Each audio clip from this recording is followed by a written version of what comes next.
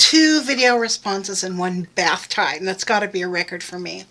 All right, Brenda, here's the skinny on Columbus Day.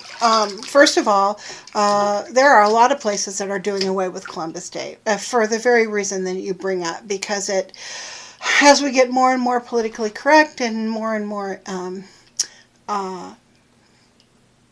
aware of history and its possible retelling, people are getting uncomfortable with stuff like celebrating somebody who really did bring, because of his feat, started a chain reaction that brought down an entire people. So yeah, that's very touchy. But as to why we celebrate Columbus Day at all, it's because of the Italians.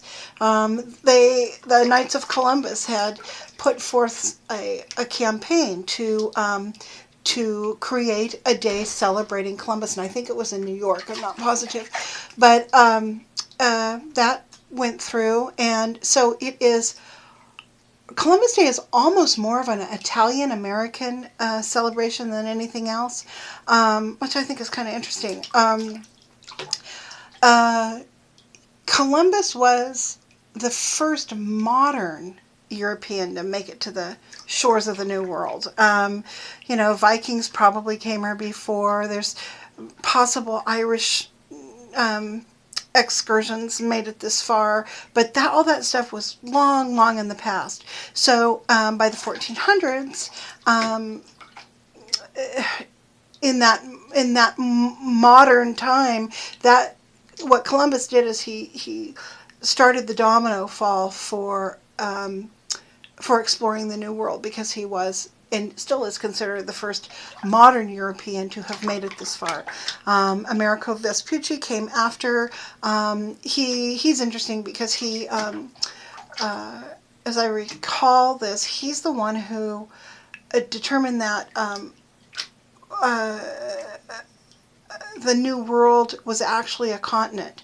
Now, apparently, Columbus wasn't so certain of that, but Americo Vespucci was, and also he was involved with some kind of a map making excursion, and for lack of a better name, this cartographer put the feminized Latin of the word America, which happens to be America, on the maps. So that's one theory.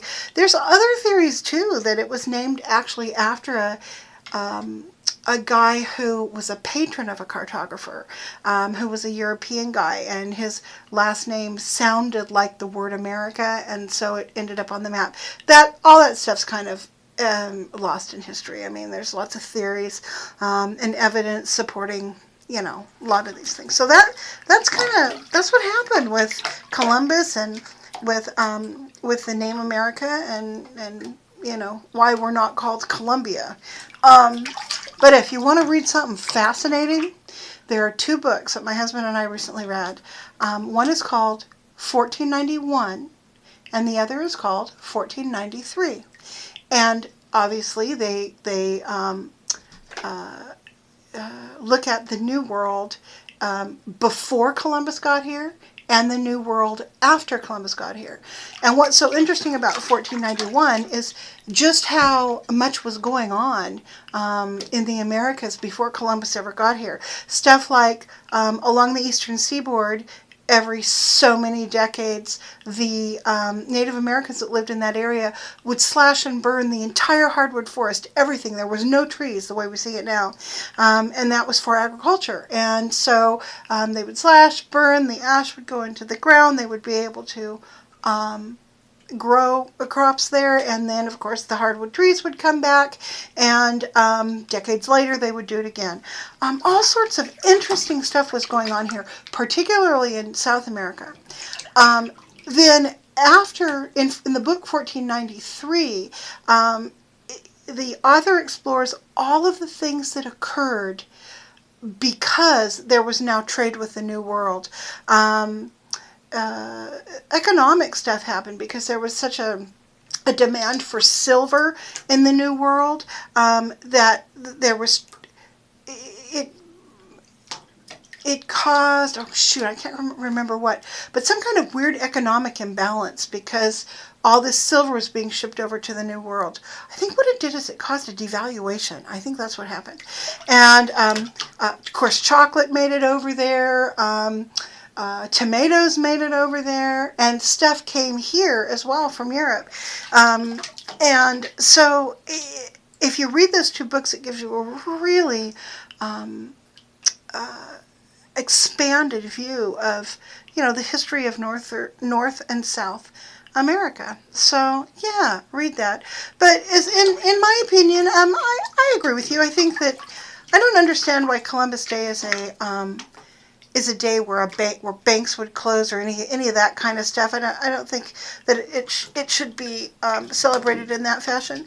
However, as an Italian American Day where they celebrate their guy who came over here first in modern times and started that whole global expansion, which turned us all into a global village. I mean, right on. That's a pretty important thing to have happen, even though there were undeniable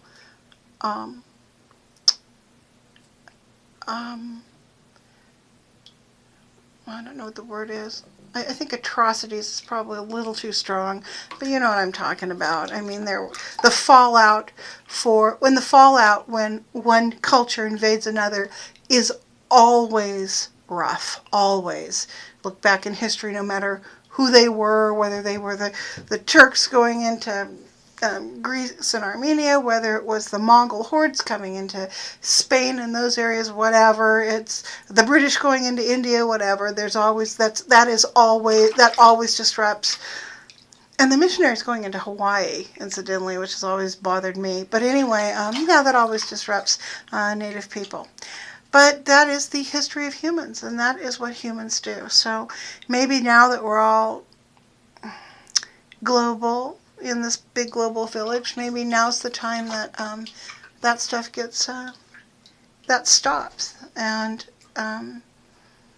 we can be free to celebrate our national heritage as well as our ancestral heritage and the history of the people that we came from all over the world. So who knows. Everybody hold hands and sing Kumbaya. So anyway, I'm going to upload this one now. Bye.